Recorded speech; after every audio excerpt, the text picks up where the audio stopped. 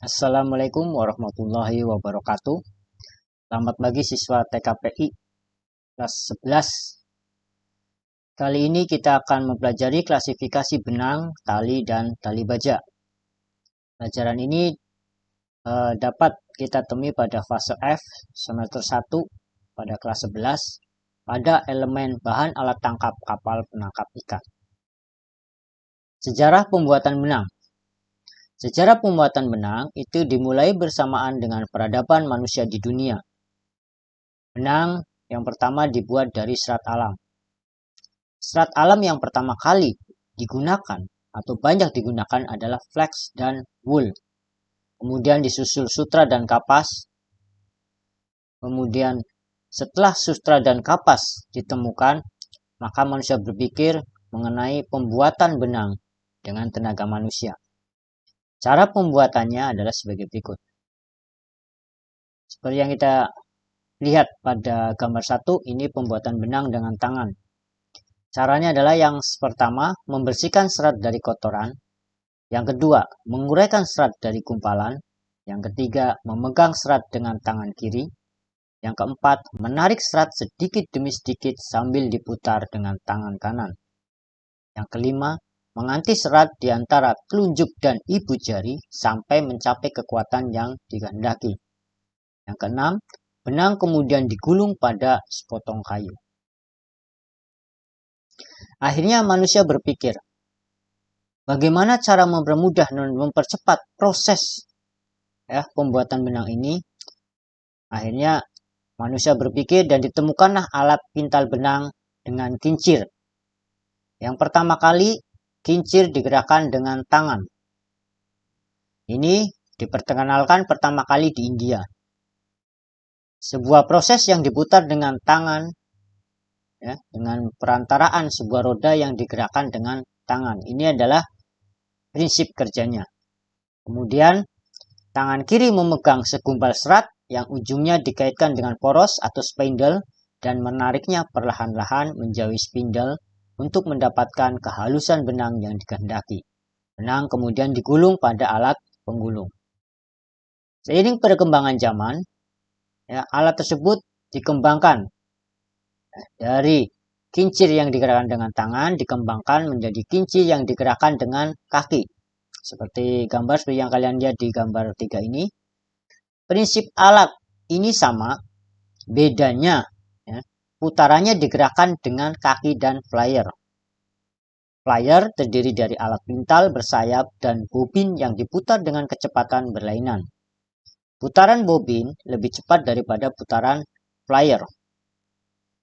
Kedua putaran berasal dari roda yang digerakkan dengan kaki. Kemudian penarikan dilakukan dengan tangan sehingga pemberian antihan dan penggulungan secara bersamaan. Marilah kita sekarang lanjut ke pengertian benang. Gambar 4 ada merupakan benang filamen. Benang merupakan bahan baku pembuatan kain. Jenis benang berdasarkan panjang serat. Itu ada benang stapel, ada benang filamen. Benang stapel itu susunan serat stapel teratur memanjang, garis tengah, dan antihan tertentu diperoleh dari proses pemintalan. Sementara benang filamen adalah benang yang dibuat dari serat-serat filamen yang dirangkap dan dianti secara mekanik. Penggolongan benang itu ada beberapa.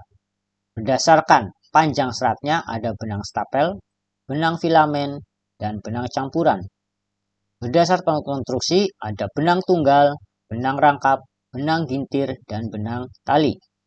Berdasarkan urutan mesin ada benang garu, ada benang sisir.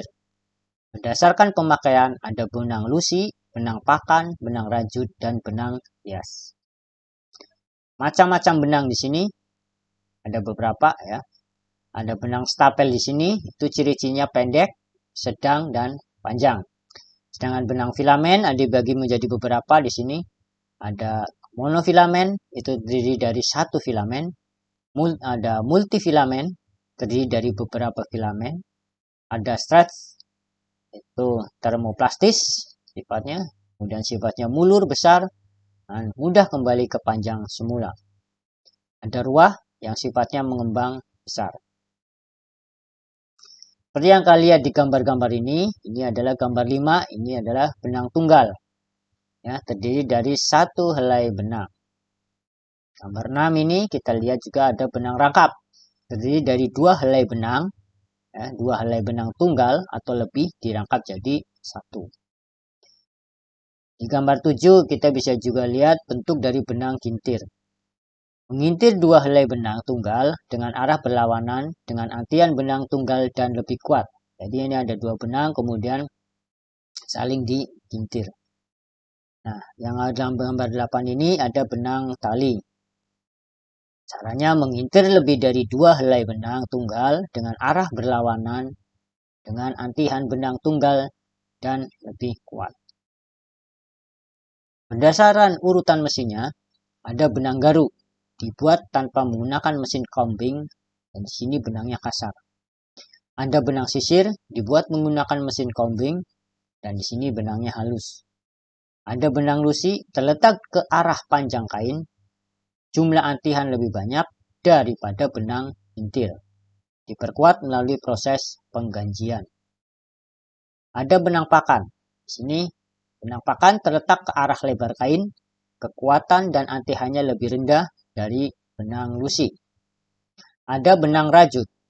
Khusus untuk membuat kain rajut, jumlah antian lebih sedikit dari benang pakan. Kemudian ada benang hias, mempunyai corak atau susunan tertentu yang dimaksudkan sebagai hiasan. Di sini kita juga lihat ada cara pembuatan benang kapas. Dari strat stapel, lap, clever, benang roving, sampai menjadi benang. Gambar 9 ini lap, ya. Gambar 10 ini slaver, urutannya. Gambar 11 adalah roving, akhirnya akan menjadi benang. Selain benang tersebut, ya, ada beberapa benang lainnya. Contohnya di sini benang tau. Benang tau merupakan kumpulan beribu serat filamen yang berasal dari ratusan spinneret yang dijadikan satu. Ada benang logam, ya, gambar 13. Yang merupakan benang filamen yang dibuat dari logam. Ada benang jahit, biasa dipakai sehari-hari, ya. Merupakan benang yang digunakan untuk jahit. Terima kasih. Pertemuan kali ini kita cukupkan sekian. Kalau ada yang belum jelas, silakan ditanyakan. Assalamualaikum warahmatullahi wabarakatuh.